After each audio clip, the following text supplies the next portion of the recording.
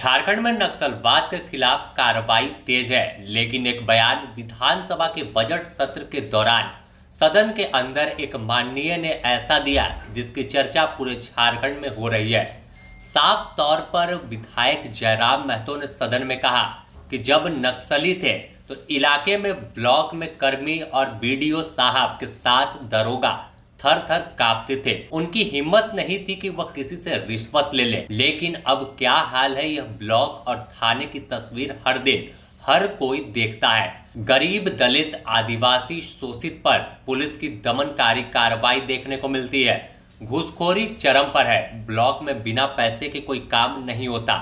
यह कैसी व्यवस्था कायम हो गई है? आखिर नक्सली क्यों बनते हैं? जब 70 के दशक में झारखंड राज्य के आंदोलन की शुरुआत हुई थी, उस वक्त भी आदिवासी ही आंदोलन कर रहे थे और गोली खा रहे थे।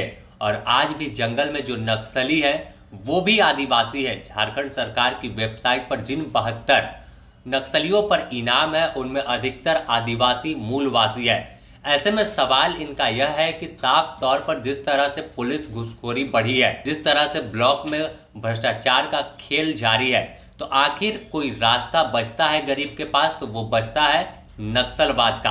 हालांकि यहाँ पर जयराम महतो ने साफ तौर पर यह भी कहा कि वह नक्सलवाद का सपोर्ट नहीं करते हैं, लेकिन जिस तरह की व्यवस्था झारखंड राज्य बनने के बाद राज्य में उत्पन्न हुई है, यह अपने आप में सवालों के घेरे में है।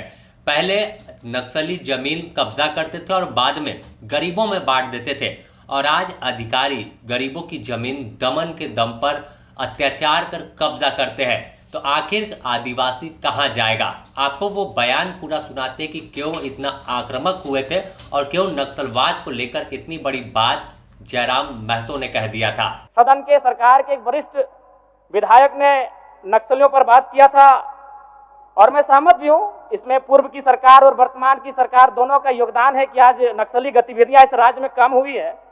लेकिन अध्यक्ष महोदय, सवाल मेरा ये है और मेरा कहना भी ये है, अभी वर्तमान में अगर आप झारखंड पुलिस की ऑफिशियल वेबसाइट को जांचेंगे तो वहां 72 नक्सलियों की सूची है।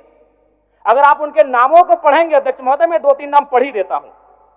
मिसिर बेसरा, प्रयाग माझी, अजय महतो, सुभाष महतो। जब इन लिस्टों को पढ़ेंगे ना अध्यक्ष महोदय, तो आप 1970 के दौर को भी थोड़ा कंपेयर करेंगे कि जब उस समय झारखंड आंदोलन अलग राज्य की जो लड़ाई थी और उस समय जिन लोगों, जिन कौम का जान गया था, आज वे लोग नक्सली के रूप में उनका जान जा रहा है अध्यक्ष महोदय।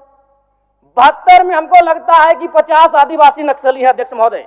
मेरा कहना यह है, ये राज्य आदिवासियों का, जंगल आदिवासियों का, दलमा का पहाड़ आदिवासियों का, पारसनाथ का पहाड़ आदिवासियों का, लुगू बाबा का पहाड़ आदिवासियों का, और नक्सली भी आदिवासी अध्यक्ष महोदय। खामियां कहां रही? आखिर क्या कारण रहा कि एक आम आदिवासी नक्सली गतिविधियों की ओर प्रभावित हो? अध्यक्ष महोदय, बहुत ही गंभीर विषय है।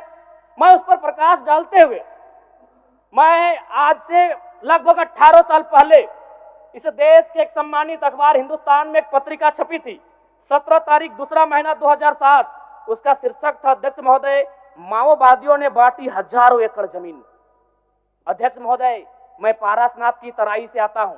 जब नक्सली गतिविधियों का प्रश्न आता है तो सबसे पहले लोग पारसनाथ को देखते हैं।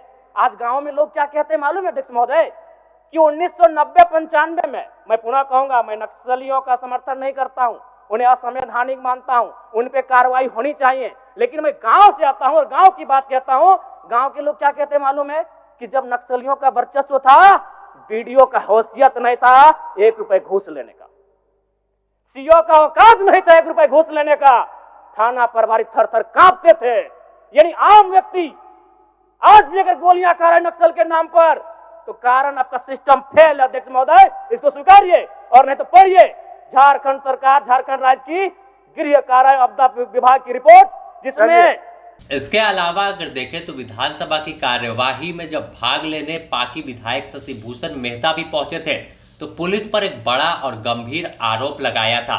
कहा कि कुछ गिने चुने लोगों की ही ट्रैक्टर बालू में चलती है और थानेदार 1500 से 2000 रुपए की उगाही करते हैं। आप भी वो बयान सुनिए। एक ये कि ग्रुप है, हाँ, रेकट है 4-5 लोगों का, और 4-5 लोग को ट्रैक्टर चलेगा 8 बजे से लेकर के 5 बजे तक। और और पर डे एक बालू पर कहिए कि आपको 1,500 रुपया देना पड़ता है एक ट्रैक्टर पे देना पड़ता है एक व्यक्ति को। अब सोचिए 25 ट्रैक्टर गिरे तो 25 ये हो गया 25,000 रुपया एक ट्रैक्टर पर हो गया। 4 गाड़ी चला 5 गाड़ी चल रहा है मात्र वहाँ पे, और बाकी लोग नहीं चलेगा। वहाँ बैकवर्ड के गाड़ी नहीं चलता है, वहाँ फॉरवर्ड खाली गाड़ी चलता है। ऊपर से नीचे तक जाता है, कहाँ जाएगा? अब कहाँ जाता है? जाने वाला भेजे, लेकिन तब बात है ना कि अकेला